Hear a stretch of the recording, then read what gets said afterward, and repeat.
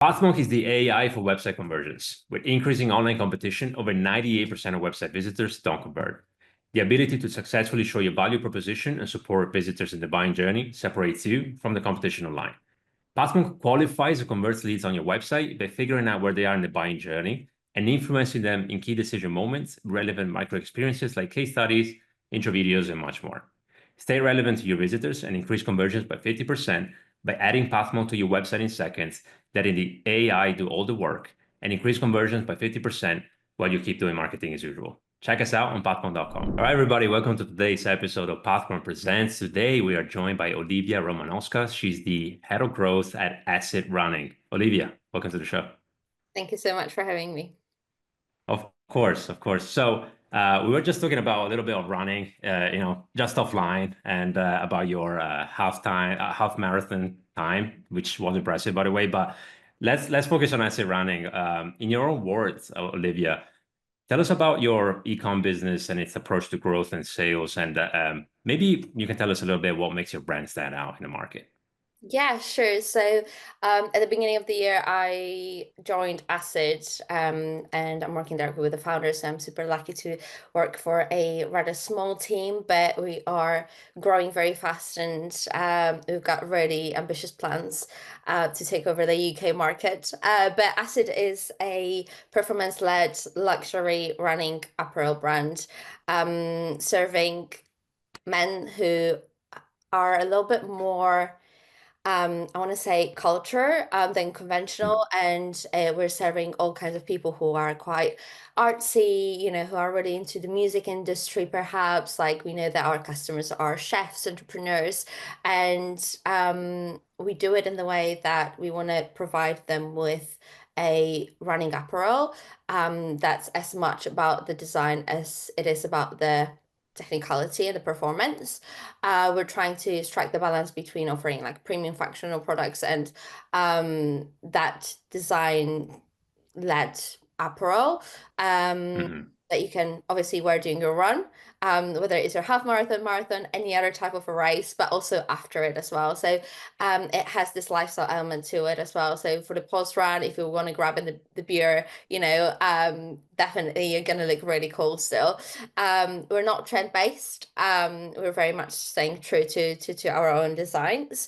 And we've seen incredible growth so far through organic and word of mouth. That's been incredible for us, as well as like any type of social runs and events that we've been doing.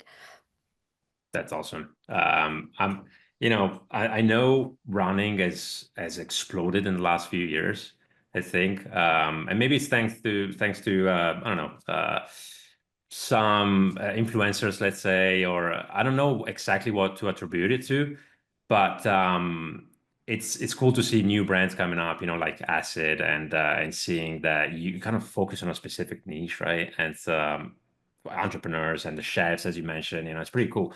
Do you have a favorite piece right now, like, that you guys are selling that, I don't know, maybe a pair of shorts, something that's specifically designed that's pretty cool, out of interest? Yeah, no, sure. So I feel like when it comes to the favorite pieces, it's definitely our Albion T-shirt. We launched a new, quite a bold color for us. It was an ice pink version of a tee. It has really strong graphics, and it sold out. So I was unfortunately not lucky enough to get it, but we will be restocking that. We never really restock products, but because we've seen such a great success rate of that specific colorway, we decided that we were going to bring it back towards the end of the year. But when it comes to our best sellers, unfortunately, we're serving men at the moment. So I'm all about the t-shirts and the socks for now. But when it comes to the best sellers among our male audience, is definitely the 2-in-1 shorts that are very technical piece that we're selling, and we just recently redesigned them so that the inner lining, it definitely fits really well. It has like the hidden pockets, and our customers just love it. Typically the black colorway is selling really, really well, but we're launching some really exciting ones for summer, such as the ice green. And customers who are a little bit more adventurous definitely tend to go with the colored versions. So yeah, we've got some amazing pieces. Just our new collection just launched recently, and we've seen it fly off the shelves. But going back to actually the beginning of your question, when you mentioned like that you're not really sure what to attribute the growth of the running industry, I would definitely say that running compared to like cycling, for example, it's just much easier to start with. Like you don't need to buy Sure. a expensive bike, or with tennis, you need to go and buy a racket, go for tennis classes. Running is just so easy, and literally everyone can start running, which is amazing. And that's why we've seen such a big movement of run clubs recently as well. It just became so popular.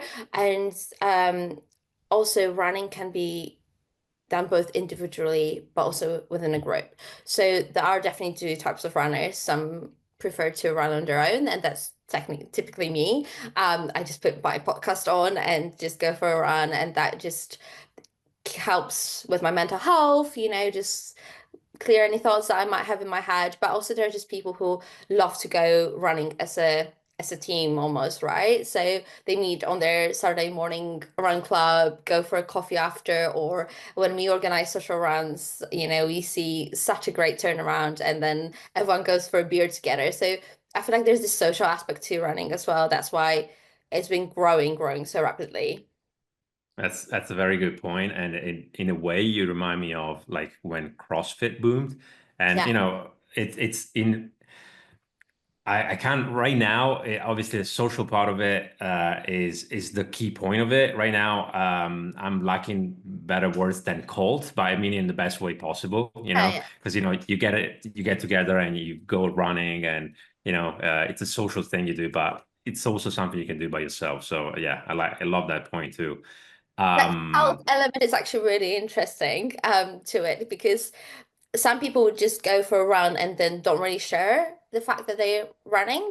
And then some people would try to convince their friends as well. And I actually managed to convert some of my friends to go for a run with me. And that has been really exciting and a really fun element as well. So there is this element of cult in terms of like sharing. So you just said convert, so Yeah. that's exactly what it is. But no, it's a good one for sure because as you said, mental health and obviously physical health too. It's a really good activity, really. So pulling back for a second, you mentioned that the way you're growing, it's organic, both organic and word of mouth and things of that sort. How crucial is your website when it comes to your overall e-com strategy? And I guess in a way, I would love to learn if there are any, strengths that you see right now, or maybe things that you see that are room for improvement when it comes to your website, things that you would love to work on. Yeah, sure. So, well, our website is the biggest channel for us, right? So that's where we serve all our customers right now. We do have a very small retail presence. So, D2C is incredibly important for us. It's the main channel where we are actually able to tell the brand story. Our visuals are incredibly strong. We invest a lot into the photo shoots that we're doing, and we whether it's e-com or lifestyle photo shoots actually as well. So we want to show the performance of the product, but also reflect the brand story and what we stand for. The photo shoots tend to be a little bit more artsy almost than your typical running photo shoot as well. Mm. Lots of room for improvement on the side, and we're actually working on that. That's like my biggest project since I joined Acid. Managed to do some small tweaks already to our journal, for example, some small ones to our homepage. However, I do see and the collection pages that we've seen a massive increase in conversion so far by introducing features such as like the quick add to basket, or just showcasing all the sizes and all the shades already straight from the collection pages. So making sure that the customer has very seamless customer journey. So there's just lots more that we can obviously optimize for, and that's on the product pages. But a big one for me is the card design. So Mm. perhaps at the time when the podcast goes out, we will have a new card design, which I'm so excited about. We want to communicate to the customer that, you know, there is a free shipping above £100, right? Or we want to enable the customer or support them with like pairing the outfits, building the outfits. So if anyone adds a t-shirt to cart, we want to help them paired with the right pair of shorts, right? Or propose the different colorways, etc. So there's so much more that we can be doing. But obviously, you know, when it's a small team, you just need to you know, prioritize really efficiently here. So lots of room for personalization as well, for example, and that's something that I'm quite big on as well, and building personalized landing pages. So that's something that perhaps towards the end of the year, which obviously the Q4 is going to be the biggest one for us, that's something that I definitely want to be doing more of. Nice. Yeah. It sounds like you're wearing many hats, right? When it's a small team, it's just the nature of things, right? Maybe let's keep it on that note. I want to switch gears a little bit and talk about you as a head of growth. So, what are the typical things that you focus on a day to day? I guess, you know, if you could give us a glimpse into a day in the life of Olivia at Acid, you know, what do you do? So, not a single day is the same, and that's always the case within working for a small startup company. You know, we are growing very fast. So, but also because being such a small team, it just means that you need to have that strategic role, but also be very hands-on. And there's no task that's too small. Never like this week, for example, I've been covering for customer service a little bit, you know, or helping with social media because some of our team members are on holidays. But in general, like I said, my role is quite strategic. Trying to lead our content calendar. That's something that we're big on building right now, and just making sure that all the channels are very much aligned, whether it's paid media, email marketing, and social. Um, I'm looking into building a brand ambassador program. We're working with some incredible content creators, and we want to make sure that we maintain that relationship. So I've been reaching out to a lot recently, you know, doing gifting and any sorts of PR, managing those ambassador partnerships, and something that has been my focus in the past month was, for example, managing the new product launches. So we've just launched our spring summer collection. And the next product to launch is our Acid and Percival sweatshirt. So that is launching actually next week. So obviously, you know, everyone on the team is very much focused around that. So it's not just building the product page, but then also coming up with the marketing strategy for it and organizing the social run that's going to be in Soho. So there's just, yeah, so many things that are going on. Now, with all of that said, I do understand why you run so much. You got to clear your head, right? There's so much going on. I mean, you have to have an outlet of some kind and just meditate you know, chuck on the miles. But on the other hand, I just speak to so many runners throughout the day, you know, whether it's our brand ambassadors, like I said, the founder, or I just like scroll through, you know, all the websites and I just browse all the, you know, running apparel. And I'm like, okay, I actually want to go for a run right now. So, Yeah, yeah, you get the bug pretty easily. That's cool. I love it. Thanks for sharing that with us.